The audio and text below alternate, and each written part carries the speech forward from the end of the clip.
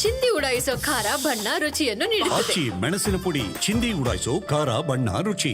ಸೋಲು ಗೆಲುವು ಸಾಮಾನ್ಯ. ನಾನು ಕೂಡ 4 ಬಾರಿ ಸೋತಿದ್ದೇನೆ. 2 ಬಾರಿ ಸಂಸತ್, 2 ಬಾರಿ ವಿಧಾನಸಭೆ ಸೋಲನ್ನು ಅನುಭವಿಸಿದ್ದೇನೆ ಅಂತ ಸಿಎಂ ಸಿದ್ದರಾಮಯ್ಯ ತಮ್ಮ ಸೋಲಿನ ಆತ್ಮಾವಲೋಕನ ಇವತ್ತು ಮಾಡಿಕೊಂಡಿದ್ದಾರೆ.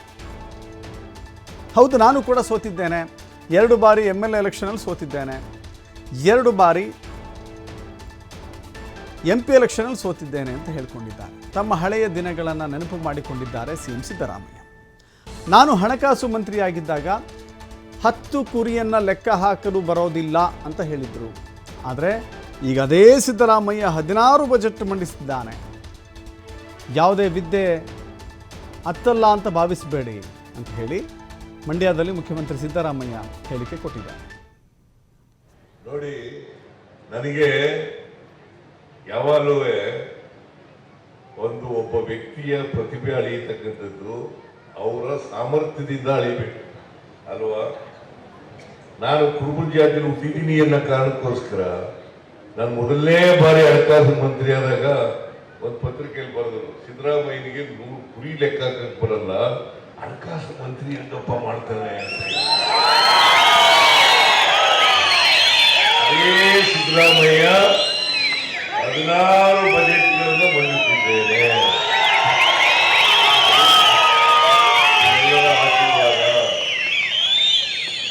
ಅದರಿಂದ ನಾನು ಯಾಕೆ ಈ ಮಾತನ್ನು ಹೇಳ್ತಾ ಇದ್ದೀನಿ ಅಂತಂದ್ರೆ, ಸಾಮರ್ಥ್ಯ ಬರ್ತಕ್ಕಂಥದ್ದು, ಪ್ರತಿಭೆ ಬರ್ತಕ್ಕಂಥದ್ದು ಜಾತಿ ಇದ್ದಲ್ಲ. ಅವಕಾಶಗಳು ಸಿಕ್ಕಿದಾಗ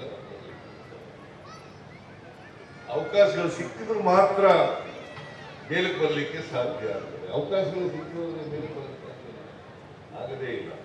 ಅದರಿಂದ ನೀವೆಲ್ಲರೂ ಕೂಡ ನಾನು ಒಂದು ಮನವಿಯನ್ನ ನಿಮ್ಮಲ್ಲಿ ಏನಪ್ಪ ಮಾಡ್ತೀನಿ ಅಂತಂದ್ರೆ, ಯಾವುದೇ ಕಾರಣಕ್ಕೆ ನಮ್ಗೆ ವಿದ್ಯೆ ಹತ್ತಲ್ಲ ಅಂತ ಅನ್ಕೊಳಕ್ ಹೋಗ್ಬೇಡಿ.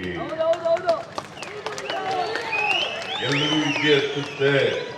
ನಾನು ಗೊತ್ತಾ ನಿಮ್ಗೆ, 5ನೇ ತರಗತಿಗೆ ನೇರವಾಗಿ ಸೇರ್ಕೊಂಡದ್ದು ನಾನು. 1ರಿಂದ 4 ಓದಲೇ ಇಲ್ಲ. 5ನೇ ತರಗತಿಗೆ ನೇರವಾಗಿ ಸೇರ್ಕೊಂಡೆ. ಯಾಕೆಂದ್ರೆ ಮಕ್ಕಳು ಕೊಡ್ತ ಸಿದ್ದರಾಮೇಶ್ವರ ದೇವರವರೆಲ್ಲ ಈ ಹಿರಿಯ ಮಕ್ಕಳು ಕೂಡ ಕಲಿಬೇಕಾಗಿತ್ತು.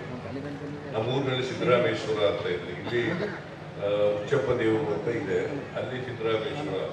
ಇವೆಲ್ಲ ಈಶ್ವರನ ಸಬ್ಜೆಕ್ಟ್ಗಳೇ ಇವರೆಲ್ಲ. ಅಲ್ಲಿ ಈಶ್ವರನ ಸಿದ್ದರಾಮೇಶ್ವರ ದೇವಸ್ಥಾನ ಇದೆ. ಅಲ್ಲಿ ನಂಜೇಗೌಡ ನಮ್ಗೆ ಅಕ್ಷರ ಕಲಿಸಿದ ಮರಳಿನ ಮೇಲೆ. ಆ ಮರಳಿನ ಮೇಲೆ ಅಕ್ಷರ ಕಲ್ತಿರೋದ್ರಿಂದ ಕನ್ನಡ ಚೆನ್ನಾಗಿ ಗೊತ್ತಿದ್ದು ನನಗೆ. ಅವರು ನಮ್ಮ ರಾಜಪ್ಪ ಅಂತ ಒಬ್ಬ ಮೇಷ್ಟ್ರು ನನ್ನ ನೇರವಾಗಿ 5ನೇ ತರಗತಿ ಅಡ್ಮಿಟ್ ಮಾಡ್ಕೊಂಡು, ಒಂದು ವೇಳೆ ರಾಜಪ್ಪ ನಮ್ಮೂರಿಗೆ ಹೆಡ್ ಮಾಸ್ಟರ್ ಆಗಿ ಬರದೇ ಹೋಗಿದ್ರೆ, ನನ್ನನ್ನು 5ನೇ ತರಗತಿ ಸೇರಿಸದೆ ಹೋಗಿದ್ರೆ, ನಾನು ಲಾಯರು ಆಯ್ತಿರ್ಲಿಲ್ಲ, ಮುಖ್ಯಮಂತ್ರಿನೂ ಆಯ್ತಿರ್ಲಿಲ್ಲ, MLAನೂ ಆಯ್ತಿರ್ಲಿಲ್ಲ.